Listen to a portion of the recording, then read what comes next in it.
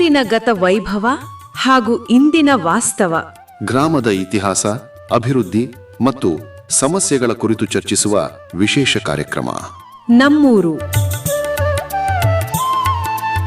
ಪ್ರತಿ ಶುಕ್ರವಾರ ಬೆಳಿಗ್ಗೆ 9:20 ಹಾಗೂ ಭಾನುವಾರ ಸಂಜೆ 6:50.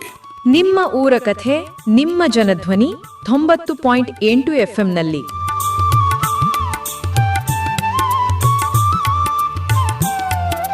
ಆತ್ಮೀಯ ಕೇಳುಗರಿಗೆ ನಮಸ್ಕಾರ. ಇದು 90.8 ಕಂಪನಾಂಕದಲ್ಲಿ ಮೂಡಿಬರುತ್ತಿರುವ ಮೈಸೂರು ಜಿಲ್ಲೆಯ ಮೊಟ್ಟಮೊದಲ ಹಾಗೂ ಸರಗೂರಿನಿಂದ ಪ್ರಸಾರವಾಗುತ್ತಿರುವ ಸಮುದಾಯ ಬಾನುಲಿ ಕೇಂದ್ರ ಜನಧ್ವನಿ. ನಾನು ನಿಮ್ಮ ಬಾನುಲಿ ಗೆಳೆಯ ಯತೀಶ್. ನೀವು ಕೇಳ್ತಾ ಇದ್ದೀರಾ ಜನಧ್ವನಿ ರೇಡಿಯೋ. ಎಂದಿನಂತೆ ತಮಗೆಲ್ಲರಿಗೂ ನಮ್ಮೂರು ಕಾರ್ಯಕ್ರಮಕ್ಕೆ ಆತ್ಮೀಯವಾದ ಸ್ವಾಗತ. ಕೇಳುಗರೆ, ಇಂದಿನ ನಮ್ಮೂರು ಕಾರ್ಯಕ್ರಮದಲ್ಲಿ ಪ್ರಸ್ತುತ ತಾಲೂಕಿನ ಗ್ರಾಮಗಳ ಸ್ಥಿತಿಗತಿ, ಅಲ್ಲಿನ ಮೂಲಸೌಕರ್ಯಗಳ ನಿರ್ವಹಣೆ, ಇದರಲ್ಲಿ ಸಾರ್ವಜನಿಕರ ಪಾತ್ರ, ಗ್ರಾಮಗಳ ಅಭಿವೃದ್ಧಿಗೆ ಮುಂದಿನ ಯೋಜನೆಗಳು, ಈ ವಿಚಾರಗಳ ಕುರಿತು ಚರ್ಚಿಸಲಿದ್ದೇವೆ. ಅದೇ ರೀತಿ ಇಂದಿನ ಕಾರ್ಯಕ್ರಮದಲ್ಲಿ ಸರಗೂರು ತಾಲೂಕಿನ ಹಾದನೂರು ಗ್ರಾಮ ಪಂಚಾಯಿತಿಯ ಬಡಗಲಪುರ ಗ್ರಾಮದ ಹಾದನೂರು ಗ್ರಾಮ ಪಂಚಾಯಿತಿಯ ಅಧ್ಯಕ್ಷರಾಗಿರುವ ಶ್ರೀಮತಿ ಜ್ಯೋತಿ ರಮೇಶ್ ರವರು ಇಂದು ನಮ್ಮೊಂದಿಗೆ ತಮ್ಮ ಗ್ರಾಮದ ಕುರಿತು, ಪ್ರಸ್ತುತ ಅಲ್ಲಿನ ನೈಸರ್ಗಿಕ ಸಂಪನ್ಮೂಲ, ಭೌಗೋಳಿಕ ಲಕ್ಷಣ, ಮೂಲಭೂತ ಸೌಕರ್ಯಗಳ ಸಮರ್ಪಕ ನಿರ್ವಹಣೆ ಹಾಗೂ ಅದರ ಅಭಿವೃದ್ಧಿಯ ಕುರಿತು ಮಾತನಾಡಲಿದ್ದಾರೆ. ಬನ್ನಿ ಅವರನ್ನು ಕಾರ್ಯಕ್ರಮಕ್ಕೆ ಸ್ವಾಗತಿಸಿ ಈ ವಿಷಯಗಳ ಕುರಿತು ಒಂದಿಷ್ಟು ಚರ್ಚೆಯೊಂದಿಗೆ ಮಾಹಿತಿಯನ್ನು ತಿಳಿಯೋಣ. ಮೇಡಮ್, ಮೊದಲನೇದಾಗಿ ನಮ್ಮೂರು ಕಾರ್ಯಕ್ರಮಕ್ಕೆ ತಮಗೆ ಆತ್ಮೀಯವಾದ ಸ್ವಾಗತ ಮೇಡಮ್. ನಮಸ್ಕಾರ ಸರ್.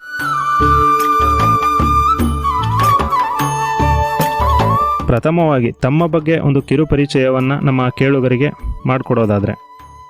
ನಮಸ್ತೆ ಸರ್, ನಮ್ಮ ಹೆಸರು ಜ್ಯೋತಿ ರಮೇಶ್ ಅಂತ. ನಮ್ದು ಬಡಗಲ್ಪುರ ಗ್ರಾಮ, ಆದ್ನೂರು ಗ್ರಾಮ ಪಂಚಾಯತಿ. ನಾನು ಗೆದ್ದು ಇವಾಗ 5 ವರ್ಷ ಆಯ್ತು. ಸ್ಟಾರ್ಟಿಂಗ್ ನಾನು ಉಪಾಧ್ಯಕ್ಷರಾಗಿದ್ದೆ, ಮತ್ತೆ ಸ್ವಲ್ಪ ಗ್ಯಾಪ್ ಅಲ್ಲಿ ಅಧ್ಯಕ್ಷರಾಗಿ ಇದ್ದೆ. ಇವಾಗ ಜನವರಿ 2ನೇ ತಾರೀಕಿಂದ ನಾನು ಅಧ್ಯಕ್ಷರಾಗಿ ಆಯ್ಕೆಯಾಗಿದ್ದೀನಿ.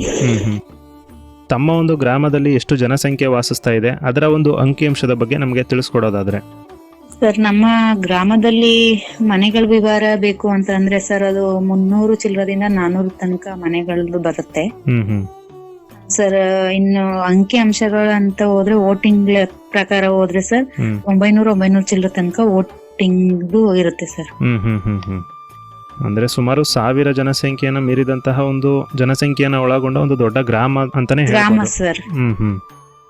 ತಮ್ಮ ಒಂದು ಗ್ರಾಮದ ಸುತ್ತಮುತ್ತಲಿನ ಭೌಗೋಳಿಕ ಲಕ್ಷಣ ಆಗಿರ್ಬೋದು, ಜೊತೆಗೆ ನೈಸರ್ಗಿಕ ಸಂಪನ್ಮೂಲ ಆಗಿರ್ಬೋದು, ಯಾವ ರೀತಿಯಾಗಿದೆ ಅದ್ರ ಬಗ್ಗೆ ತಿಳಿಸೋದಾದ್ರೆ. ಅದ್ರ ಬಗ್ಗೆ ತಿಳಿಸೋಂತದಾದ್ರೆ ಸರ್, ಸುತ್ತಮುತ್ತಲಿನ ವಾತಾವರಣ ಚೆನ್ನಾಗಿದೆ. ಅಂದ್ರೆ ಈಗ ನಮ್ಗೆ ಇಲ್ಲ ಸರ್, ನಮ್ಮ ಗ್ರಾಮಗಳಿಗೆ ಬಂದ್ರೆ ನೀರಾವರಿ ಸೌಕರ್ಯ ಇಲ್ಲ ಸರ್, ಕಡಿಮೆ ನೀರಾವರಿ. ಈಗ ಕಬಿನಿ ಹಿಂದೆ ಆಗ್ಲಿ, ಇನ್ನೊಂದ್ ಹಿಂದೆ ಆಗ್ಲಿ ಎಲ್ಲ ಇದ್ದು ಕಡಿಮೆ ಸರ್. ನಮ್ಗೆ ಇಲ್ಲಿ ಗದ್ದೆಗಳು ಮಾಡೋ ಅಂತ ಅವಕಾಶ ಇಲ್ಲ ಸರ್. ಜಮೀನ್ ಬೇಜಲ್ ಭೂಮಿ, ಮಳೆಗ್ ಮಾತ್ರ ಇಲ್ಲಿ ಅಷ್ಟೇ. ಅದ್ ಬಿಟ್ರೆ ಇನ್ ಸ್ವಂತ ಅವ್ರು ಬೋರ್ ತೆಗ್ಸಿರೋರು ಮಾಡ್ತಾರ. ಪರಿಸರ ಅಂತ ಅನ್ಕೊಂಡು ಈಗ ಬಂದ್ರೆ ಸರ್, ಸುತ್ತಮುತ್ತ ಈಗ ನಾವಿರೋ ಒಂದು ವಾಸದಲ್ಲಿ ಸುತ್ತಮುತ್ತ ಬರೀ ಕಾಡ್ಗಳೇ ಸರ್. ಹಾ ಸರ್, ಅಂದ್ರೆ ಈಗ ಒಂದು ದೇವಸ್ಥಾನ ಆಗಿರ್ಬೋದು, ಅಂದ್ರೆ ಒಳ್ಳೆ ವಾತಾವರಣ ಇದೆ ಸರ್. ಬಟ್ ಆದ್ರೂ ಏನೋ ಒಂದಿಕ್ಕತ್ತು ಅಂದ್ರೆ, ಈಗ ಕಾಡು ಸುತ್ತ ಕಾಡಿರೋದ್ರಿಂದ ಪ್ರಾಣಿಗಳಿಂದ ಜನಗಳಿಗೆ ತೊಂದ್ರೆ, ಮತ್ತೆ ಜಮೀನ್ಗಳಲ್ಲಿ ಕೆಲಸ ಮಾಡೋರ್ಗೂ ಇದು. ಆಮೇಲೆ ಸರ್, ಈಗ ಫಸಲು ನಾವು ಜಮೀನಿಂದ ಫಸಲು ಮನೆಗ್ ತಗೋಬರೋ ತನಕನು ನೈಟ್ ಟೈಮ್ ಎಲ್ಲ ಕಾವಲ್ ಕಾಯ್ಬೇಕು. ಹಂದಿಗಳ ಕಾಟ, ಮತ್ತೆ ಏನೇ ಒಂದ್ ಫಸಲು ಹಾಕಿದ್ರು ಆನೆಗಳ ಕಾಟ. ಈಗ ನೈಟ್ ಟೈಮ್ ಕಾವಲ್ಗೆ ಹೋಯ್ತೀನಿ ಅಂದ್ರೆ ಹುಲಿಗಳ ಕಾಟ. ಈಗ ಬೆಳಿಗ್ಗೆ ಟೈಮೇ ಬಂದು ಜನನ ತೊಂದ್ರೆ ಮಾಡ್ತಾ ಇದ್ದ ಹುಲಿ ಅಂತ ಅಂದಾಗ ಸರ್, ಇನ್ ನೈಟ್ ಟೈಮ್ ಹೋಗಿ ಜನಗಳು ಜಮೀನಲ್ಲಿ ಕಾವಲ್ ಕಾದು ಫಸಲ್ ತಗೊಂಡು ಜೀವನ ಕಷ್ಟ ಅಲ್ವಾ ಸರ್. ನಮ್ಗೆ ನೈಸರ್ಗಿಕ ಸಂಪನ್ಮೂಲ ಅಂತ ಅನ್ಕೊ ಬಂದ್ರೆ ಸರ್, ಈಗ ನಮ್ಗೆ ವಾತಾವರಣ ಎಲ್ಲ ಚೆನ್ನಾಗಿದೆ, ಅಂದ್ರೆ ಜೀವನ ಮಾಡಕ್ಕೆ ಈ ತರ ಕಷ್ಟ ಇದೆಯಲ್ಲ. ಇವಾಗೆಲ್ಲೋ ಪೈಪ್ ಲೈನ್ ಮಾಡಿದಾರೆ ಸರ್, ಕಬಿನಿಂದ ಇಲ್ಲಿ ಒಂದು ಕಟ್ಟೆ ಅಂತ ಇದೆ, ಬೋಳಗಣ್ಣ ಕಟ್ಟೆ ಅಂತ, ಕೆರೆಗೆ ನೀರ್ ತುಂಬ್ಸ ಅಂತ ಕೆಲ್ಸನ ಮಾಡಕ್ಕೆ ಅಂತ ಪೈಪ್ ಲೈನ್ ಮಾಡಿದಾರೆ. ಆದ್ರೂ ಅಲ್ಲಿ ಇನ್ನೂ ನಮ್ಗೆ ನೀರ್ನ ಅವಕಾಶ ಸಿಕ್ಕಿಲ್ಲ ಸರ್. ಈಗ ಅಲ್ಲಿ ನೀರ್ ಬಂದ್ರು ದನ ಕರುಗಳಿಗೆ ಕುಡಿಯಕ್ಕೆ ಅವಕಾಶ ಆಗುತ್ತೆ ಹೊರತು, ಇನ್ನು ಜಮೀನಲ್ಲಿ ನಾವು ಅದೇ ನೀರ್ನ ಬಿಟ್ಟು ಗದ್ದೆ ಮಾಡ್ತೀವಿ ಅನ್ನೋಂತ ಅವಕಾಶ ಇಲ್ಲ ಸರ್ ಇಲ್ಲಿ, ಕಡಿಮೆ ಇಲ್ಲಿ. ಒಂದ್ ನೈಸರ್ಗಿಕ ವಾತಾವರಣ ಅಂತ ಅಂದ್ರೆ ಸರ್, ಈಗ ನಮ್ಗೆ ಇಲ್ಲಿ ಸುತ್ತಮುತ್ತ ಎಲ್ಲಾ ತರದ ವಾತಾವರಣ ಚೆನ್ನಾಗಿದೆ ಸರ್. ತುಂಬಾ ದೂರದಿಂದ ಈಗ ಬೇಲದ ಕುಪ್ಪೆ ಇದೆ, ತುಂಬಾ ದೂರದಿಂದ ಜನಗಳು ಬರ್ತಾರೆ, ಹ್ಮ್ ಹ್ಮ್ ಅಲ್ಲಿಗೊಂದ್ ದರ್ಶನ ಮಾಡಕಂತ ಬರ್ತಾರೆ. ಆದ್ರೂ ಇಲ್ಲಿ ಈಗ ಡಿಪಾರ್ಟ್ಮೆಂಟ್ ಅವ್ರ ಕಡೆಯಿಂದ ಜನಗಳಿಗೂ ತೊಂದ್ರೆ ಆಗುತ್ತೆ, ಒಂದ್ ದೇವ್ರ ದರ್ಶನ ಮಾಡಕ್ಕೂ ಕಷ್ಟ ಆಗುತ್ತೆ. ಹ್ಮ್ ಹ್ಮ್ ಅವ್ರದೇ ಒಂದ್ ರೂಲ್ಸ್ ಪ್ರಕಾರ ಅವರು ಹ್ಮ್ ಇಂಥ ದಿನನೇ ಹೋಗ್ಬೇಕು, ಹಿಂಗೆ ಹೋಗ್ಬೇಕು, ಇದೇ ತರ ಮಾಡ್ಬೇಕು ಅನ್ನೋ ರೂಲ್ಸ್ ನ ಅವ್ರು ಇದ್ ಮಾಡಿದಾರೆ. ಹ್ಮ್ ಅದ್ರ ಒಂದ್ ಜಾತ್ರೆ ಟೈಮ್ಗೆ ಆಗ್ಲಿ ಇನ್ನೊಂದಕ್ಕೆ ಆಗ್ಲಿ ಜನಗಳಿಗೆ ತೊಂದ್ರೆ ಆಗುತ್ತೆ, ಹ್ಮ್ ಅವ್ರ ಪ್ರಾಣಿಗಳಿಗೆ ತೊಂದ್ರೆ ಆಗುತ್ತೆ ಅಂತ ಅವ್ರು ನೋಡ್ತಾರೆ ಸರ್. ಹೌದು. ಅದೇ ಅವ್ರ ಪ್ರಾಣಿ ಬಂದು ಜನಗಳಿಗೆ ತೊಂದ್ರೆ ಮಾಡಿದಾಗ ಬೆಂಬಲವಾಗಿ ನಿಂತ್ಕೊಳ್ಳೋರು ಅಂತ ತರದವ್ರು ಯಾರು ಇಲ್ಲ ಸರ್. ಹೌದು ಅವ್ರ ಲಕ್ಷಾಂತರ ದುಡ್ಡು ಕೊಡ್ಬೋದು, ಅವ್ರ ದುಡ್ಡಿಂದ ಹ್ಮ್ ಪ್ರಾಣ ಸಿಗಲ್ಲ ಅಲ್ವಾ ಸರ್. ಹೌದು ಮೇಡಮ್. ಒಂದು ಸುತ್ತಮುತ್ತಲಿನ ಭೌಗೋಳಿಕ ಲಕ್ಷಣ ಅನ್ನೋದು ತುಂಬಾ ಚೆನ್ನಾಗೇ ಇದೆ. ಆದ್ರೆ ಖಂಡಿತವಾಗಿಯೂ ತಮ್ಮ ಗ್ರಾಮ ಒಂದು ಕಾಡಂಚಿನ ಗ್ರಾಮ ಆಗಿರೋದ್ರಿಂದ ಅದು ಸ್ವಲ್ಪ ತಮ್ಗೆ ಬದುಕೋದಿಕ್ಕೆ ಭಯ ಅಂತ ತಮ್ಮ ಅಭಿಪ್ರಾಯ. ಹೌದು ಸರ್, ಬದುಕೋದಿಕ್ಕೆ ಕಷ್ಟ ಸರ್. ಈಗ ನೈಟ್ ಟೈಮ್ ಬೆಳೆದದ್ದೊಂದ್ ಫಸಲ್ನ ನಾವು ಮನೆಗೆ ತಗೊಬರ್ಬೇಕು ಅಂದ್ರೆ ಸರ್ 6 ತಿಂಗಳು ಆ ರೈತ ಎಷ್ಟು ಕಷ್ಟ ಪಡ್ತಾನ, ಎಷ್ಟು ಶ್ರಮ ಪಡ್ತಾನ ಅಂತ ಆ ರೈತನ್ಗೆ ಗೊತ್ತಿರುತ್ತೆ ಸರ್. ಅದು ಹೌದು ಮೇಡಮ್. ಒಂದ್ ಕಾಡಂಚಿನ ಗ್ರಾಮ ಆಗಿರ್ಬೋದು, ಆದ್ರೂ ಇಲ್ಲಿ ಜೀವನ ತುಂಬಾನೇ ಕಷ್ಟ ಇದೆ ಸರ್. ಹ್ಮ್ ಹ್ಮ್ ಪರಿಸರ ಚೆನ್ನಾಗಿದೆ ಸರ್ ಸುತ್ತ, ಹ್ಮ್ ಆದ್ರೆ ಜೀವನ ಮಾಡದೆ ಕಷ್ಟ ಇಲ್ಲಿ. ಹ್ಮ್ ಹ್ಮ್ ಪ್ರಸ್ತುತ ತಮ್ಮ ಒಂದು ಗ್ರಾಮದಲ್ಲಿ ಮೂಲಭೂತ ಸೌಕರ್ಯಗಳು ಯಾವ ರೀತಿಯಾಗಿದೆ, ಜೊತೆಗೆ ಆ ಒಂದು ಮೂಲಭೂತ ಸೌಕರ್ಯಗಳ ನಿರ್ವಹಣೆ ಯಾವ ರೀತಿಯಾಗಿ ಆಗ್ತಾ ಇದೆ ಅದ್ರ ಬಗ್ಗೆ ಹೇಳೋದಾದ್ರೆ? ಸರ್, ಮೂಲಭೂತ ಸೌಕರ್ಯ ಹಿಂದೆ ಇದ್ದದಕ್ಕೂ ಸರ್ ಈಗ ಇರೋದಕ್ಕೂ ವ್ಯತ್ಯಾಸ ಇದೆ ಸರ್.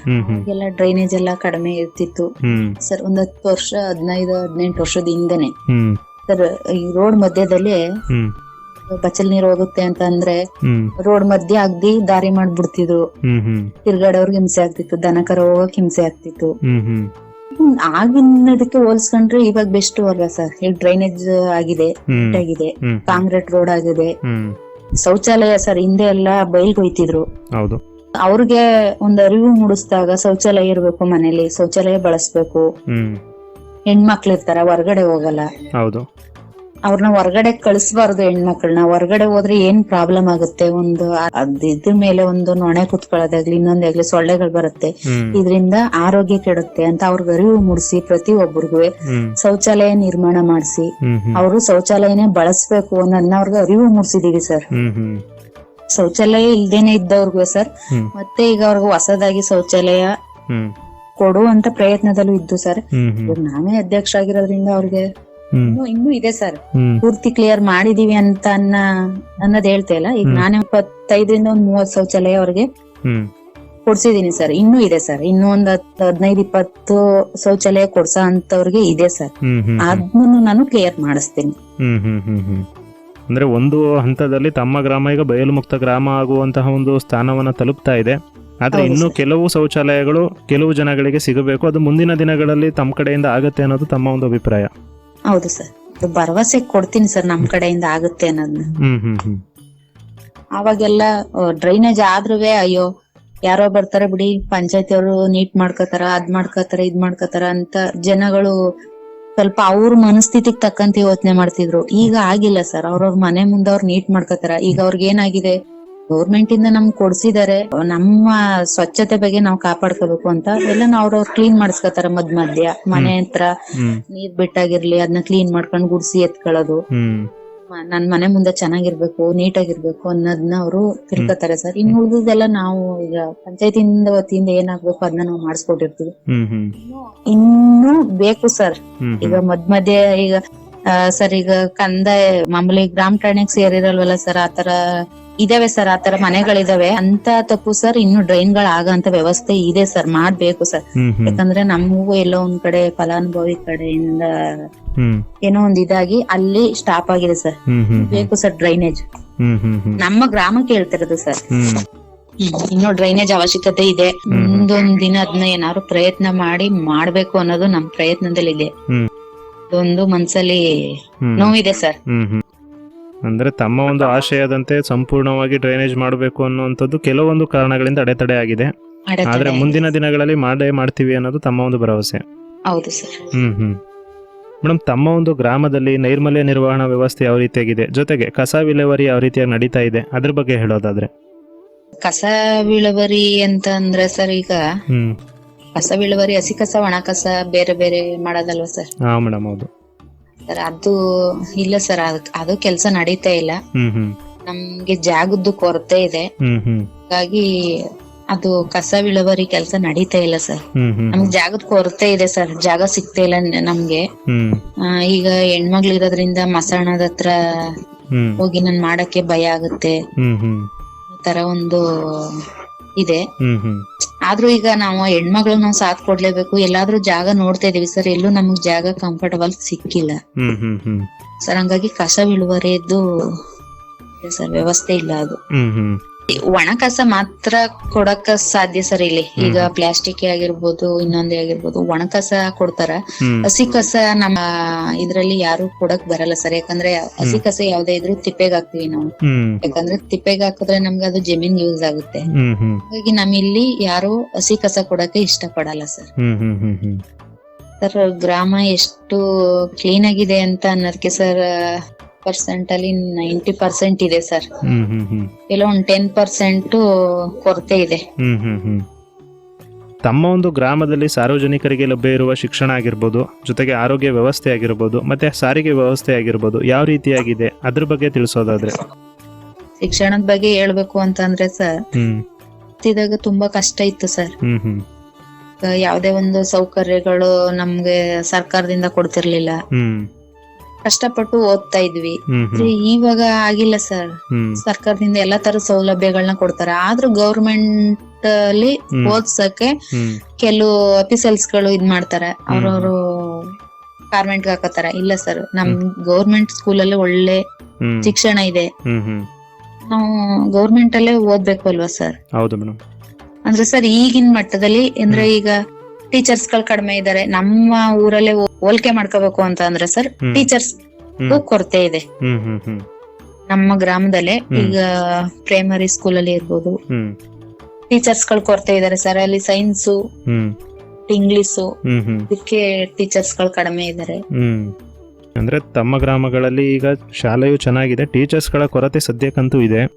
ಅದನ್ನ ಒಂದು ಬಗೆಹರಿಸ್ಕೊಟ್ರೆ ಮಕ್ಕಳು ಸಹ ಸರ್ಕಾರಿ ಶಾಲೆಯಲ್ಲೇ ಓದುತ್ತಾರೆ, ಸರ್ಕಾರಿ ಶಾಲೆಯಲ್ಲೇ ಓದ್ಬೇಕು ಅನ್ನೋದು ತಮ್ಮ ಆಶಯ. ಹೌದು ಸರ್. ಯಾಕಂದ್ರೆ ನಮ್ಮ ಹಳ್ಳಿಲಿ 90% ಸರ್ ಎಲ್ಲ ಓದಂತ ಮಕ್ಕಳು ತೀರಾ ಬಡವರು ಇರೋದ್ರಿಂದ ನಮ್ಮ ಇದೆ ಹಳ್ಳಿ ಕಡೆ ಮಕ್ಕಳೆಲ್ಲ ಗೌರ್ಮೆಂಟ್ ಸ್ಕೂಲ್ಗೆ ಹಾಕಿರ್ತಾರಲ್ವಾ ಸರ್? ಹೌದು ಮೇಡಮ್. ಹಾಗಾಗಿ ಈಗ ಅಲ್ಲೇ ಗೌರ್ಮೆಂಟ್ ಸ್ಕೂಲಲ್ಲಿ ಓದಿಸ್ತಾರ ಅಂದ್ರೆ ಅವ್ರಿಗೂ ಒಳ್ಳೆ ಎಜುಕೇಶನ್ ಬೇಕು ಅಲ್ವಾ ಸರ್? ಹೌದು ಮೇಡಮ್. ಹಾಗಾಗಿ ಪ್ರತಿಯೊಂದ್ ಸೌಕರ್ಯನು ಕೊಡ್ತಾರ ಅಂತ ಅಂದ್ಮೇಲೆ ಈಗ ಮೇನ್ ಬೇಕಾಗಿರೋದೇ ಸರ್ ಟೀಚರ್ಸ್. ಸೌಕರ್ಯ ಕೊಡ್ತೀವಿ ಅನ್ನೋದಕ್ಕಿಂತ ಮುಖ್ಯವಾಗಿ ಟೀಚರ್ಸ್ ಗಳು ಬೇಕು.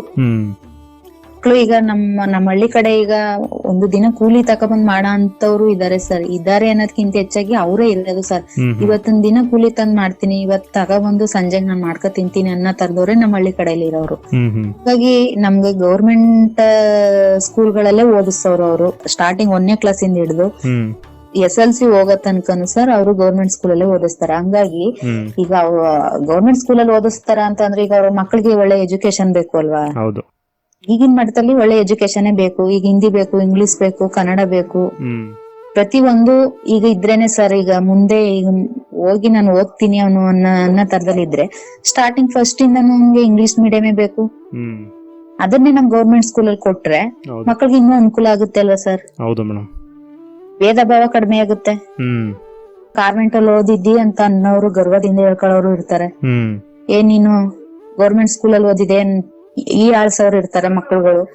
ಆತರ ಮಕ್ಕಳುಗಳಿಗೆ ಈಗ ಗೌರ್ಮೆಂಟ್ ಸ್ಕೂಲಲ್ಲೇ ನನಗೆ ಇಂಗ್ಲಿಷ್ ಮೀಡಿಯಂ ಕಲ್ತ್ಕೊ ಬಂದಿದಿ ಅಂತ ಅಂದ್ರೆ ಸರ್ ಅದು ಅನುಕೂಲ ಆಗುತ್ತೆ. ಮಕ್ಕಳಿಗೆ ಒಳ್ಳೆ ಎಜುಕೇಶನ್ ಕೊಟ್ಟಂಗ ಆಗುತ್ತೆ ಅಲ್ವಾ ಸರ್? ಹೌದು ಮೇಡಮ್. ಹಂಗಾಗಿ ಮನವಿ ಏನಂತಂದ್ರೆ ಪ್ರತಿ ಹಳ್ಳಿಗಳಲ್ಲೂ ಒಳ್ಳೊಳ್ಳೆ ಟೀಚರ್ಸ್ ಗಳನ್ನ ಹಾಕೊಡಿ, ಮಕ್ಕಳಿಗೆ ಒಳ್ಳೆ ಎಜುಕೇಶನ್ ಕೊಡಿ ಅನ್ನೋದನ್ನ ನನ್ ಮನವಿ ಸರ್. ಸರ್ ಈಗ PSC ಬಂದು ನಮ್ ಬಡಗಲ್ಪುರದಲ್ಲೇ ಇರುತ್ತೆ ಸರ್. ಈಗ PSC ನಮ್ ಬಡಗಲ್ಪುರದಲ್ಲೇ ಇರೋದ್ರಿಂದ ಈಗ ನಾನೇನೋ ಒಂದೇ ಊರು ಏನಾರು ಸಡನ್ಲಿ ಹುಷಾರ್ ತಪ್ತು ಅಂತಂದ್ರೆ PSC ಇಲ್ಲೇ ಇರೋದ್ರಿಂದ ಇಲ್ಲಿ ಹೋಗಿ ನಾವುಗಳು ಚೆಕಪ್ ಮಾಡಿಸ್ಕೊತೀವಿ. ನಮ್ಮೂರವ್ರು ಹೋಗಿ ಚೆಕಪ್ ಮಾಡಿಸ್ಕೊತಾರ ಆರೋಗ್ಯ ಸಮಸ್ಯೆ ಬಂತು ಅಂದ್ರ. ಆದ್ರೆ ಎಲ್ಲ ಸರ್ ಈಗ ದೂರ ಅವ್ರಿಗೆ ಬರ್ಬೇಕು ಅಂದ್ರೂ ಕಷ್ಟ ಆಗುತ್ತೆ ಸರ್. ನೈಟ್ ಟೈಮ್ ಇಲ್ಲಿ ಯಾರು ಇರಲ್ಲ ಸರ್. PSC ಇದೆ ಆದ್ರೆ ನೈಟ್ ಟೈಮ್ ವ್ಯವಸ್ಥೆ ಇಲ್ಲ ಅಲ್ವಾ ಸರ್? ನೈಟ್ ಟೈಮ್ ಆರೋಗ್ಯ ವ್ಯತ್ಯಾಸ ಆಯ್ತು ಅಂತಂದ್ರೆ ನಾವು ಸರಗೂರಿಗೆ ಬರ್ಬೇಕು ಸರ್. ಸರಗೂರು ಇಲ್ಲ ಅಂತಂದ್ರೆ ಕೋಟೆ ಇಲ್ಲ ಅಂದ್ರೆ ಮೈಸೂರು. ನಮ್ದು ಕಾಡಂಚಿನ ಗ್ರಾಮ ಆಗಿರೋದ್ರಿಂದ ನಮ್ಗೆ ತೊಂದ್ರೆ ಆಗುತ್ತೆ ಸರ್. ಆದ್ರೆ ನಮ್ಮ PSCಲೇ ಒಂದು ಆಂಬುಲೆನ್ಸ್ ವ್ಯವಸ್ಥೆ ಬೇಕು ಸರ್. ಅಂದ್ರೆ ರಾತ್ರಿಯ ಸಂದರ್ಭಗಳಲ್ಲಿ ಏನಾದ್ರೂ ತುರ್ತು ಚಿಕಿತ್ಸೆ ಆದಂತಹ ಸಂದರ್ಭಗಳಲ್ಲಿ ನಿಮ್ಗೆ ನಮ್ಮ- PHC ನಲ್ಲೇ ಒಂದು ಆಂಬುಲೆನ್ಸ್ ಇದ್ರೆ ತಕ್ಷಣದಲ್ಲಿ ಎಲ್ಲಿಗಾದ್ರೂ ಸಹ ಹೋಗೋದಿಕ್ಕೆ ಹೋಗ್ಬೋದು. ಅವಕಾಶ ಸಿಗುತ್ತೆ. ವ್ಯವಸ್ಥೆ ಆಗುತ್ತೆ ಸರ್. ಈಗ ಕೂಲಿ ಮಾಡೋರು ಇಲ್ಲಿ ಹ್ಮ್ ಹಂಗಾಗಿ ಈಗ ಒಂದು ವೆಹಿಕಲ್ ಮಾಡ್ಕೋಗ್ಬೇಕು, ಅವ್ರ ಹತ್ರ ದುಡ್ಡಿರಲ್ಲ. ಹೌದು.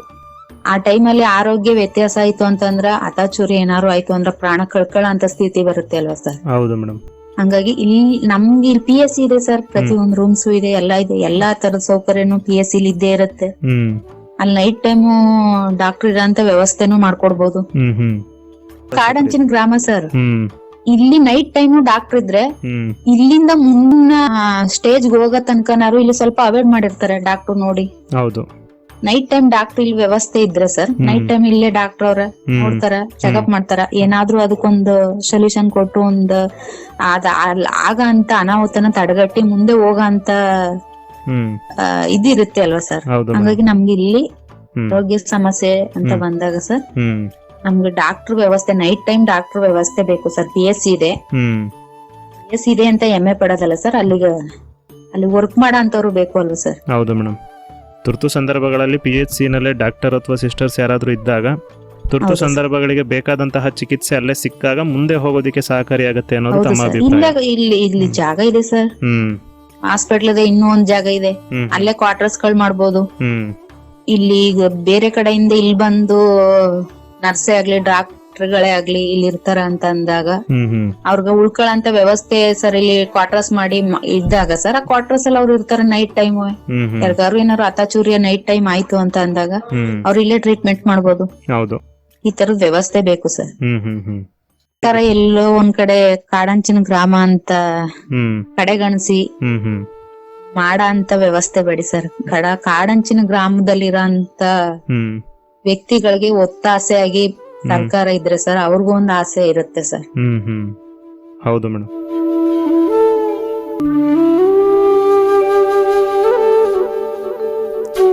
ಇನ್ನು ಸಾರಿಗೆ ವ್ಯವಸ್ಥೆಯ ಬಗ್ಗೆ ಹೇಳೋದಾದ್ರೆ? ಇಲ್ಲ ಸರ್, ಸಾರಿಗೆ ವ್ಯವಸ್ಥೆ ಅಂತ ಬಂದಾಗ ಸರ್ ಹ್ಮ್ ಸರ್ ಇಲ್ಲಿಂದ ಬೇಗೂರು ಟು ನಂಜನಗೂಡು ಈ ಕಡೆ ರೂಟ್ಗೆ ಬಸ್ ಇದೆ ಸರ್. ಹ್ಮ್ ಹ್ಮ್ ಅಂದ್ರೆ ನಮ್ ಇಲ್ಲಿ ಸರ್ ನಂಜನಗೂಡು ಡಿಪೋ ಇಂದ ಬಸ್ಗಳು ಬರ್ತಾ ಇದೆ, ಹ್ಮ್ ಹ್ಮ್ ಆದ್ರೆ ನಮ್ ಕೋಟೆ ಡಿಪೋ ಇಂದ ಹ್ಮ್ ಬಸ್ಗಳಿಲ್ಲ ಸರ್. ಹ್ಮ್ ಹ್ಮ್ ಮಕ್ಳು ಸರ್ ಹ್ಮ್ ಈಗ ಇಲ್ಲಿ ಬೆಳಿಗ್ಗೆ 7 ಗಂಟೆಗೆ ಹೋಯ್ತವೆ, 8 ಗಂಟೆಗೆ ಹೋಯ್ತವೆ ಸರ್. ಮಕ್ಳು ಎಷ್ಟು ತೊಂದ್ರೆಯಿಂದ ಓದಕ್ ಹೋಗ್ತಾ ಇದಾರೆ ಕಾಲೇಜ್ಗೆ ಹೋಗೋ ಮಕ್ಳು ಅಂದ್ರೆ ಸರ್ ಹೆಚ್ಚು ಕಡಿಮೆ ಒಂದ್ 50ರಿಂದ 60 ಮಕ್ಳು ಇಲ್ಲಿಂದ ಕೋಟೆಗೆ ಹೋಯ್ತವ, ಸರಗೂರ್ಗೆ ಹೋಯ್ತವ ಸರ್. ಹ್ಮ್ ಹ್ಮ್ ಆದ್ರೆ ಬಸ್ ವ್ಯವಸ್ಥೆ ಇಲ್ಲ ಸರ್. ತಿಂಡಿ ತಿಂತಾರ, ತಿಂದವ್ರಿಲ್ಲ. ನಾನು ಎಷ್ಟೋ ಸರಿ ಹೋಗಿ TC ಕಂಪ್ಲೇಂಟ್ ಮಾಡಿದೆ, ಹ್ಮ್ ಹ್ಮ್ ಮತ್ತೆ ಬಸ್ ಡಿಪೋಗೆ ಹೋದೆ ನಾನು, ಹ್ಮ್ ಹ್ಮ್ ಯಾರು ಮನ್ಸ್ಕಾಕೊಳ್ಳಿಲ್ಲ ಸರ್. ಹ್ಮ್ ಹ್ಮ್ ಸೊ ತಮ್ಮ ಒಂದು ಗ್ರಾಮಕ್ಕೆ ಬಸ್ಗಳು ಬರುವಂತದ್ದೆಲ್ಲ ನಂಜನಗೂಡು ಡಿಪೋದಿಂದ ಬರುವಂತ ಬಸ್ಗಳೇ ಆಗಿದೆ ಸರ್. ನಮ್ ಕೋಟೆ ಡಿಪೋ ಇಂದ ಬರೋದು ಒಂದೇ ಬಸ್ ಸರ್ ಹ್ಮ್ ಹ್ಮ್ ನಮ್ ಗ್ರಾಮಕ್ಕೆ. ಎಲ್ಲಿ ಕಾಡ್ಬೇಗೂರ್ಗೆ ಹೋಗ್ತಾ ಆಲ್ಟ್ ಆಗುತ್ತೆ ಸರ್. ಹ್ಮ್ ಹ್ಮ್ ಅದೇ ಬಸ್ ಬೆಳಿಗ್ಗೆ 6:30 ಹೋದ್ರೆ ಸರ್ ಹ್ಮ್ ಇನ್ ನೈಟೇ ಬರೋದು ಸರ್ ಅದು. ಹ್ಮ್ ಹ್ಮ್ ಹ್ಮ್ ಇಲ್ಲಿಂದ ಎಡೆಯಾಲಕ್ ನಡ್ಕೊಂಡ್ ಹೋಯ್ತವೆ ಹುಡುಗರು. ಹ್ಮ್ ಹ್ಮ್ ಹ್ಮ್ ಇಲ್ಲಿಂದ ಎಡೆಯಾಲಕ್ ನಡ್ಕೊಂಡ್ ಹೋಗಿ ಅಲ್ಲಿ ಬಸ್ ಕಾದು ಎಡೆಯಾಲದಿಂದ ಹ್ಮ್ ಸರ್ಗುರ್ಗೋ ಕೋಟೆಗೋ ಹೋಗ ಅಂತ ಮಕ್ಳು ಬಸ್ ಕಾದು, ಅದು ಬಂದ್ರು ಬತ್ತು ಬರ್ದವ್ರಿಲ್ಲ ಸರ್, ಒಂದೊಂದ್ ದಿನ ಬರೋದೇ ಇಲ್ಲ. ಹ್ಮ್ ಹ್ಮ್ ಹ್ಮ್ ಆ ತರ ಆಗುತ್ತೆ. ಆ ತರ ಆದಾಗ ಮಕ್ಕಳ ಪರಿಸ್ಥಿತಿ ಸರ್, ಹ್ಮ್ ಹೋಗ ಬರೋ ಬೈಕ್ ಗಳನ್ನೆಲ್ಲ ತಡಿತಾರ ಸರ್. ಯಾಕಂದ್ರೆ ಮನೇಲಿ ಬಡಸ್ತಾನೆ ಇದೆ, ಹೌದು ಖರ್ಚು ಕಾಸು ಕೊಡಕ ಅವ್ರ ಹತ್ರ ದುಡ್ಡು ಇರಲ್ಲ. ಹೌದು ಹಂಗಾಗಿ ಬೈಕ್ ಗಳಲ್ಲಿ ಹೋದ್ರ ದುಡ್ಡು 10 ರೂಪಾಯಿ 20 ರೂಪಾಯಿ ಉಳಿತಾಯ ಆಗುತ್ತೇನೋ ಅನ್ನೋ ತರದ ನೋಡ್ತಾರ. ಹ್ಮ್ ಹ್ಮ್ ಹಾಗಾಗಿ ನಮ್ಮ ಇಲ್ಲಿ ಕಾಡಂಚಿನ ಗ್ರಾಮದಲ್ಲಿ ಸರ್ ನಮ್ ಕೋಟೆ ಡಿಪೋ ಇಂದ ಬಸ್ಸೇ ಇಲ್ಲ ಸರ್. ಒಂದ್ ಬಸ್ ಬಿಟ್ರೆ ಬಸ್ಸೇ ಇಲ್ಲ. ಹ್ಮ್ ಹೇಳಕ್ ಹೋದ್ರೆ ಹೇಳ್ತಾರೆ ಹ್ಮ್ ಬಸ್ ಇಲ್ಲ, ಬಸ್ ಕಡಿಮೆ ನಮ್ಗೆ ಈ ಕಡೆ. ಮೈಸೂರ್ಗೆಲ್ಲ ಹೋಗ್ತವೆ, ಹೌದು ಮೈಸೂರ್ ಬೇಜನ್ ಬಸ್ ಹೋಗುತ್ತೆ ಸರ್. ಆ ಬಸ್ ಅಷ್ಟೊಂದ್ ಬಸ್ ಹೋಗೋದ್ರಲ್ಲಿ ಸರ್ ಒಂದ್ ಬಸ್ ಅವ್ರು ಕ್ಯಾನ್ಸಲ್ ಮಾಡಿ ಮೈಸೂರು ರೂಟ್ಗೆ ಹ್ಮ್ ನಮ್ ಕೋಟೆಯಿಂದ ಡೈರೆಕ್ಟ್ ನಮ್ಗೆ ಕೆವಂಡಿ ಸರ್ಕಲ್ ತನಕ ಬಸ್ ಕೊಡಕ್ಕಾಗಲ್ವಾ ಸರ್? ಹೌದು. ಬೆಳಗ್ಗೆ ಒಂದ್ ಟ್ರಿಪ್, ಸಂಜೆ ಒಂದ್ ಟ್ರಿಪ್. ಹ್ಮ್ ಆ ರೀತಿ ಬಸ್ಗಳ ವ್ಯವಸ್ಥೆಯನ್ನ ಮಾಡಿಕೊಟ್ರೆ ಖಂಡಿತವಾಗಿಯೂ ಸಹ ಶಾಲಾ ಕಾಲೇಜುಗಳಿಗೆ ಹೋಗುವಂತಹ ಮಕ್ಕಳುಗಳಿಗೆ ಉಪಯೋಗ ಅನುಕೂಲ ಆಗುತ್ತೆ, ಆಗುತ್ತೆ ಅನುಕೂಲ ಆಗುತ್ತೆ. ಸರಿಯಾದ ಸಮಯಕ್ಕೆ ಅವರು ಶಾಲಾ ಕಾಲೇಜುಗಳಿಗೆ ಹೋಗ್ಬಹುದು. ಹೋಗ್ತಾರೆ ಸರ್. ಈಗ 5 ನಿಮಿಷ ಲೇಟ್ ಆಯ್ತು ಅಂದ್ರೆ ಸರ್ ಕಾಲೇಜ್ ಒಳಗಡೆ ಸೇರ್ಸಲ್ಲ, ಒಂದ್ ಪಾಠ ಹೋಗುತ್ತೆ, ಈಚೆ ಗೇಟ್ ಇಂದ ಈಚೆ ನಿಲ್ಸಿರ್ತಾರೆ. ಸ್ಟ್ರಿಕ್ಟ್ ಆಗಿರೋಂತ ಕಾಲೇಜ್ ಆದ್ರ ಆ ಮಕ್ಕಳಿಗೆ ಎಷ್ಟು ಮನ್ಸ್ ನೋವಾಗುತ್ತೆ ಸರ್. ಹೌದು ಮೇಡಮ್. ನಮ್ ಸರ್ಕಾರ ಇಷ್ಟೆಲ್ಲಾ ಮಾಡಿ ನಮ್ಗೊಂದ್ ಬಸ್ ವ್ಯವಸ್ಥೆ ಇಲ್ಲ ಅಂತ ಮಕ್ಕಳಿಗೆ ಎಷ್ಟು ನೋವಾಗುತ್ತೆ ಸರ್. ಹೌದು ಮೇಡಮ್. ಅದರಿಂದ ಅವ್ರ ವಿದ್ಯಾಭ್ಯಾಸಕ್ಕೆ ತುಂಬಾ ತೊಂದರೆ ಆಗ್ತಾ ಇದೆ ಸರ್. ಬಸ್ ಕೊರತೆಯಿಂದ ವಿದ್ಯಾಭ್ಯಾಸಕ್ಕೆ ತೊಂದರೆ ಆಗ್ತಾ ಇದೆ. ಮುಂದಿನ ದಿನಗಳಲ್ಲಿ ಈ ಒಂದು ಸಮಸ್ಯೆ ನಿವಾರಣೆ ಆದ್ರೆ ಖಂಡಿತವಾಗಿ ಮಕ್ಕಳ ವಿದ್ಯಾಭ್ಯಾಸಕ್ಕೆ ಅನುಕೂಲ ಆಗುತ್ತೆ ಅನ್ನೋದು ತಮ್ಮ ಅನುಕೂಲ ಅಭಿಪ್ರಾಯ. ಆಗುತ್ತೆ ಸರ್. ತಮ್ಮ ಒಂದು ಗ್ರಾಮದಲ್ಲಿ ಸಾಕ್ಷರತೆಯ ಪ್ರಮಾಣ ಯಾವ ಪ್ರಮಾಣದಲ್ಲಿದೆ ಅದ್ರ ಬಗ್ಗೆ ತಿಳಿಸೋದಾದ್ರೆ? ಸರ್ ಹಿಂದೆ ಹೋಲಿಸ್ಕೊಂಡ್ರೆ ಹಿಂದೆ ಎಲ್ಲ ಯಾರು ಎಜುಕೇಶನ್ ಮಾಡಿರೋರು ಇಲ್ಲ ಸರ್. ಈಗಿನ ಮಟ್ಟ ನೋಡಿದ್ರೆ ಸರ್ ಎಲ್ಲ ಈಗ ಹಿಂದೆ ಯಾರು ಹೆಬ್ಬೆಟ್ಗಳಿದ್ರು ಅವರೆಲ್ಲ ನಾನ್ ಆದಂಗ್ ನನ್ ಮಕ್ಳು ಆಗ್ಬಾರ್ದು, ನನ್ ಮಕ್ಳು ಎಜುಕೇಶನ್ ಪಡಿಬೇಕು, ನನ್ ಮಕ್ಳು ಚೆನ್ನಾಗ್ ಓದ್ಬೇಕು, ನಾವ್ ಎಷ್ಟೇ ಕಷ್ಟಪಟ್ರು ಸರಿ ನನ್ ಮಕ್ಕಳನ್ನ ನಾನು ಓದಿಸ್ತೀನಿ, ನನ್ ಮಕ್ಕಳನ್ನ ಮುಂದಕ್ಕೆ ತರ್ತೀನಿ ಅನ್ನೋದೊಂದು ಮನಸ್ಥಿತಿ ಇಲ್ಲಿನ ಜನತೆಗಿದೆ ಸರ್. ಹಂಗಾಗಿ ಮಕ್ಳು ಇಲ್ಲ ಸರ್, ಹಿಂದೆ ಇದ್ದಕ್ಕೆ ಈಗ ಹೋಲಿಸ್ಕೊಂಡ್ರೆ ಸರ್ 100% ಮಕ್ಳು ವಿದ್ಯಾಭ್ಯಾಸ ಕಲ್ತಿರೋರೆ ಸರ್. ತಮ್ಮ ಒಂದು ಗ್ರಾಮದಲ್ಲಿ JJM ಯಾವ ಹಂತದಲ್ಲಿದೆ? ಇದರಿಂದ ಜನರಿಗೆ ಶುದ್ಧ ಕುಡಿಯುವ ನೀರು ಸಿಗ್ತಾ ಇದೆಯಾ? ಅದ್ರ ಬಗ್ಗೆ ಹೇಳೋದಾದ್ರೆ? ಸರ್ ಈಗಿನ ಇದ್ರಲ್ಲಿ JJM ನಮ್ಮ ಗ್ರಾಮದಲ್ಲಿ ಪೂರ್ತಿ ಕಂಪ್ಲೀಟ್ ಆಗಿದೆ ಸರ್. ಒಂದು ಹಂತದಲ್ಲಿ ಇದೆ ಕಂಪ್ಲೀಟ್ ಆಗಿ. ಜನರಿಗೆಲ್ಲ ಶುದ್ಧ ಕುಡಿಯುವ ನೀರಿನ ವ್ಯವಸ್ಥೆ ಇದೆ ಸರ್. ಶುದ್ಧ ಕುಡಿಯುವ ನೀರು JJM ನಿಂದ ಸಿಗ್ತಾ ಇದೆ ಪ್ರಸ್ತುತ ದಿನ. ಜಲ್ ಜೀವನ್ ನಿಂದ ಶುದ್ಧ ಕುಡಿಯುವ ನೀರು ಸಿಕ್ಕಿದೆ ಸರ್. ಮೇಡಮ್, ತಮ್ಮ ಒಂದು ಗ್ರಾಮದಲ್ಲಿ ನರೇಗಾ ಚಟುವಟಿಕೆಗಳು ಯಾವ ರೀತಿಯಾಗಿ ನಡೀತಾ ಇದೆ? ಈ ಒಂದು ನರೇಗಾ ಚಟುವಟಿಕೆಗಳಿಂದ ತಮ್ಮ ಗ್ರಾಮದ ಅಭಿವೃದ್ಧಿ ಅನ್ನೋದು ಯಾವ ರೀತಿಯಾಗಿ ಆಗ್ತಾ ಇದೆ ಅದ್ರ ಬಗ್ಗೆ ತಿಳಿಸೋದಾದ್ರೆ? ಸರ್ ನರೇಗಾ ಚಟುವಟಿಕೆ ಅಂತ ಬಂದ್ರೆ ಸರ್ ಈಗ ಸರ್ ನರೇಗಾ ಅಂತ ಬಂದ್ರೆ ಈಗ ಕೊಟ್ಟಿಗೆಗಳದ್ದು ಈಗ ನಾವು 5 ವರ್ಷದಿಂದ ಯಾರಿಗೂ ನಾವು ಕೊಟ್ಟಿಗೆ ವ್ಯವಸ್ಥೆ ಮಾಡ್ಕೊಡಕ್ ಆಗಿಲ್ಲ ಸರ್. ಯಾಕಂದ್ರೆ ಈಗ ಸರ್ಕಾರ ಎಲ್ಲೋ ಒಂದ್ ಕಡೆ ಈಗ ನಾವು ಈಗ ಕಳ್ಸರಿ ಈಗ ವರ್ಕ್ಗಳಿಗೆಲ್ಲ ಸೇರ್ಸಿದ್ನು ಇಲ್ಲ 24ರಿಂದ 24ಕ್ಕೆ ಲಾಸ್ಟ್ ಆಗ್ಬೇಕು ಅಂತ ಅಂದ್ಬಿಟ್ಟು ಇರೋ ವರ್ಕ್ ಎಲ್ಲ ಕ್ಯಾನ್ಸಲ್ ಮಾಡಕ್ ಹೋದ್ರು. ಒಂದ್ ಹಂತದಲ್ಲಿ ಸೇರ್ಸೋದು ಅವನು ಹಾಗೆ ಏನೋ ಈಗ 90,000 ರೂಪಾಯಿ ಇತ್ತು. ಹಂಗಾಗಿ ಈಗ ಅದನ್ನ ಕೊಟ್ಟಿಗೆಗಳು ಬ್ಯಾಡಿ ಒಂದ್ 57,000 ರೂಪಾಯಿ ಕೊಟ್ಟಿಗೆಗಳು ಸಿಕ್ಕುತ್ತೆ, ಜನಗಳಿಗೆ ಅದು ಅನುಕೂಲ ಆಗ್ಲಿ ಅನ್ನೋ ತರ ನಾವೇನೋ ಒಂದ್ ಮಾಡಕ್ ಹೋದ್ನು, ಅದನ್ನು ಕ್ಯಾನ್ಸಲ್ ಮಾಡಕ್ತು ಸರ್ಕಾರ. ಅದನ್ನ ಬಿಡುಗಡೆ ಮಾಡಲ್ಲ ಕರೆಕ್ಟ್ ಆಗಿ. ನರೇಗಾದಲ್ಲಿ ಸರ್ ಅಂದ್ರೆ ಈಗ ಕಷ್ಟ ಇದೆ ಸರ್. ಈಗ ಬೆಳಿಗ್ಗೆ ಈಗ ಒಂದು ಓಣಿ ಸೇರ್ಸಿರ್ತೀವಿ, ಒಂದ್ ರೋಡೇ ಮಾಡ್ಬೇಕು ಸರ್. ಬೆಳಿಗ್ಗೆ GPS ಕೇಳ್ತದೆ, ಸಂಜೆ GPS ಕೇಳ್ತಾರೆ. ಬೆಳಿಗ್ಗೆ ಯಾರು ಇರ್ಬೇಕು ಅವರೇ ಸಂಜೆ ಇರ್ಬೇಕು ಅಂತಾರೆ. ಸಂಜೆ ಈಗ ಬೆಳಿಗ್ಗೆ ಯಾವ ಬಟ್ಟೆ ಹಾಕಿದ್ರು ಅದೇ ಬಟ್ಟೆ ಸಂಜೆನೂ ಹಾಕ್ಬೇಕು ಅಂತ ಅನ್ಕೊಂಡ್ ಕೇಳ್ತಾರೆ. ಇದೆಲ್ಲ ಹಿಂಸೆ ಅಲ್ವಾ ಸರ್ ನರೇಗಾ ಕೆಲ್ಸ ಮಾಡಾಗ?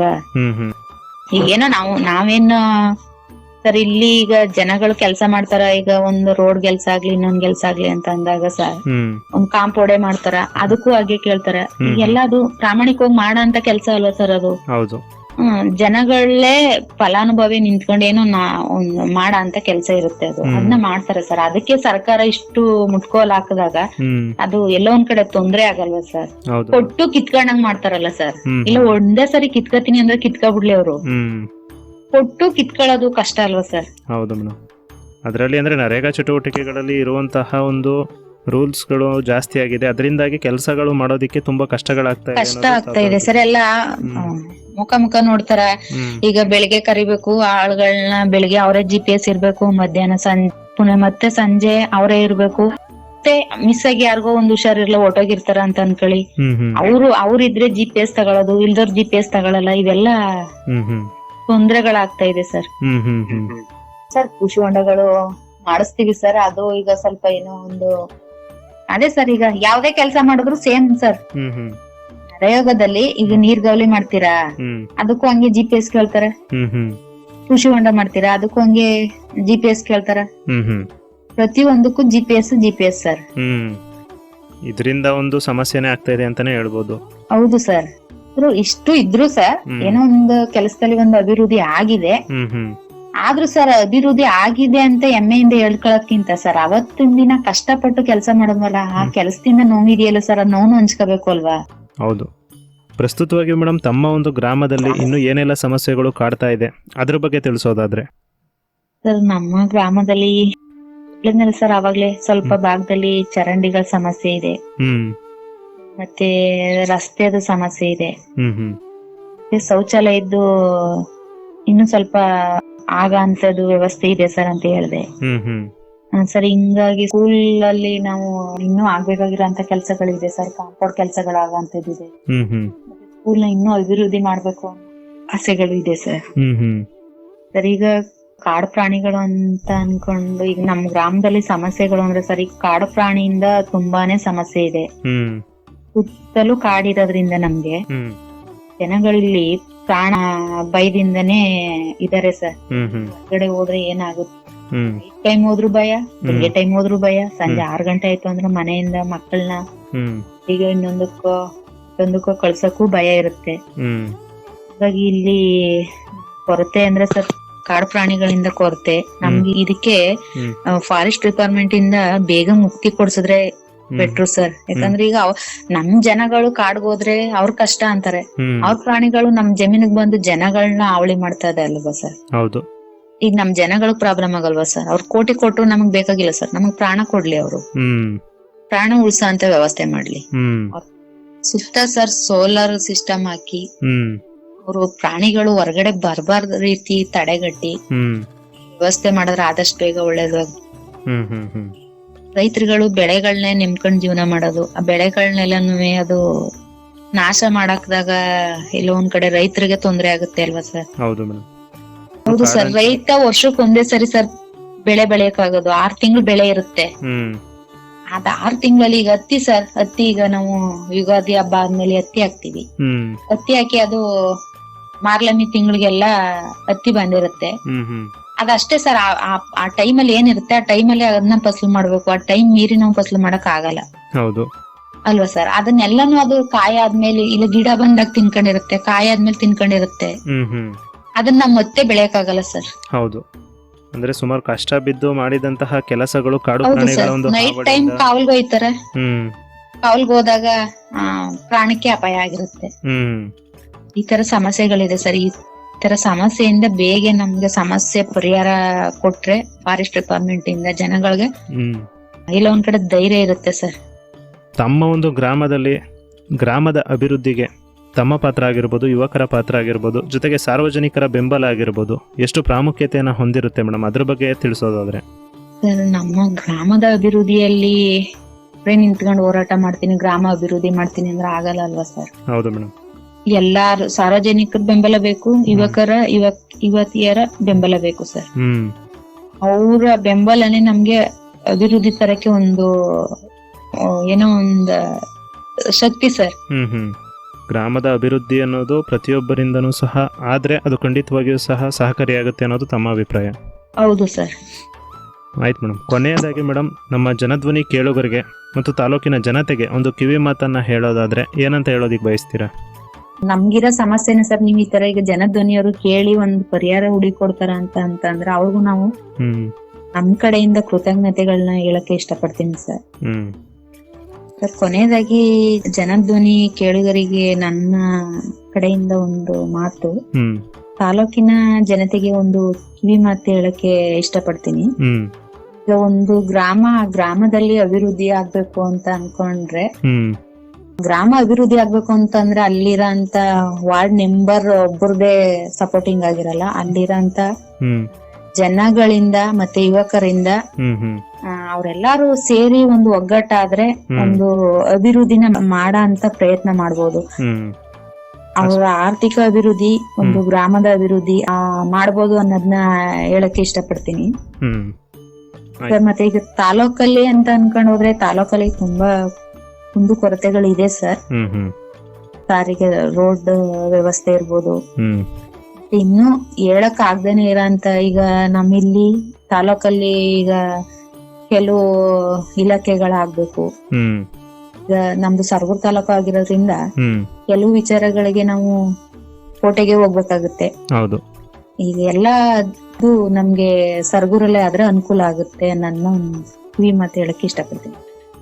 ಇಲ್ಲಿಯವರೆಗೂ ತಮ್ಮ ಗ್ರಾಮದ ಇತಿಹಾಸ, ಸ್ಥಿತಿಗತಿ, ಅಲ್ಲಿನ ಮೂಲಸೌಕರ್ಯಗಳ ನಿರ್ವಹಣೆ, ಇದರಲ್ಲಿ ಸಾರ್ವಜನಿಕರು ಮತ್ತು ಯುವಕರ ಪಾತ್ರ, ಗ್ರಾಮಗಳ ಅಭಿವೃದ್ಧಿಗೆ ಮುಂದಿನ ಯೋಜನೆಗಳು, ಈ ವಿಚಾರಗಳ ಕುರಿತು ಮಾಹಿತಿಯನ್ನು ತಿಳಿಸಿಕೊಟ್ಟಿದ್ದಕ್ಕೆ ನಮ್ಮಿಂದ ಹಾಗೂ ಸಮಸ್ತ ಜನಧ್ವನಿ ಕೇಳುಗರಿಂದ ತಮಗೆ ಹೃತ್ಪೂರ್ವಕ ಧನ್ಯವಾದಗಳು ಮೇಡಮ್.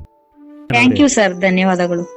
ಪ್ರಿಯ ಕೇಳುಗರೆ, ಇದುವರೆಗೂ ನಮ್ಮೂರು ಕಾರ್ಯಕ್ರಮದಲ್ಲಿ ಸರಗೂರು ತಾಲೂಕಿನ ಬಡಗಲಪುರ ಗ್ರಾಮದ ಹಾದನೂರು ಗ್ರಾಮ ಪಂಚಾಯಿತಿಯ ಅಧ್ಯಕ್ಷರಾಗಿರುವ ಶ್ರೀಮತಿ ಜ್ಯೋತಿ ರಮೇಶ್ ರವರಿಂದ ಮಾಹಿತಿಯನ್ನು ತಿಳಿದುಕೊಂಡೆವು.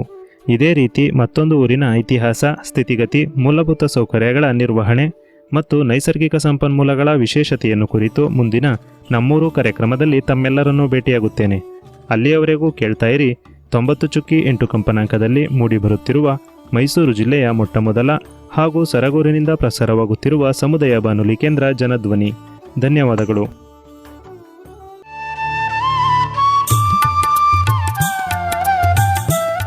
ಊರಿನ ಗತ ವೈಭವ ಹಾಗೂ ಇಂದಿನ ವಾಸ್ತವ, ಗ್ರಾಮದ ಇತಿಹಾಸ, ಅಭಿವೃದ್ಧಿ ಮತ್ತು ಸಮಸ್ಯೆಗಳ ಕುರಿತು ಚರ್ಚಿಸುವ ವಿಶೇಷ ಕಾರ್ಯಕ್ರಮ ನಮ್ಮೂರು. ಪ್ರತಿ ಶುಕ್ರವಾರ ಬೆಳಿಗ್ಗೆ 9:20 ಹಾಗೂ ಭಾನುವಾರ ಸಂಜೆ 6:50. ನಿಮ್ಮ ಊರ ಕಥೆ, ನಿಮ್ಮ ಜನಧ್ವನಿ 90.8 FM ನಲ್ಲಿ.